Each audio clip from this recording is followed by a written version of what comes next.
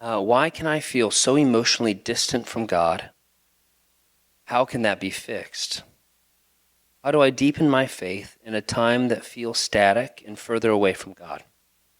I want to connect these two questions to the two original questions of how do you know the real God, and what happens when I feel away from God? Another thing you look out into the world, and if you look out into your own soul, is you know that there's a sin problem. Well, that's the way the Bible would say it. That there's something wrong. Not just with the world when you turn on the news, but even just with yourself. Just even an ounce of self-awareness would show that there's something deeply wrong inside of me. What religion points to the problem without blinking? Points to the problem in my own heart without blinking and gives a remedy for it.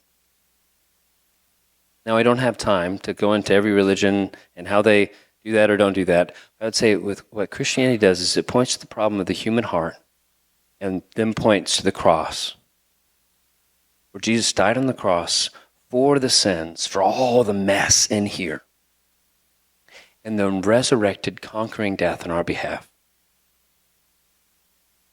If a worldview or a religion or something does not present a way of dealing with that, it's not dealing with the core of all problems. It's not dealing with the core of everything that we see around us. Now, what if you feel distant from God?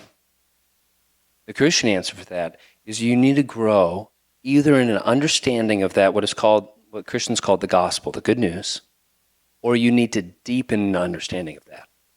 So for some of you, you might feel distant from God simply because you just don't know him. You remember I said Jesus himself said that some people will come to me and saying, Lord, Lord, and he'll say, I never knew you. You're doing a lot of religious things. You even had some of the titles right. You had one of my titles right. But you did not know me. So you go to the gospel. It's not by what I've done, it's by what's Jesus done. I'm going to trust in that. And that's how you know him to begin with. And for others, you feel distant from God because you have forgotten that reality. You've forgotten that reality. And that you have forgotten he loves you. You've forgotten that he cares for you. You've forgotten that he's made a way for you to know him. And I'm going to go a little bit more on the pastor. I'm going to lean a little bit more pastor right now. So warning, okay? I'm going to lean a little bit.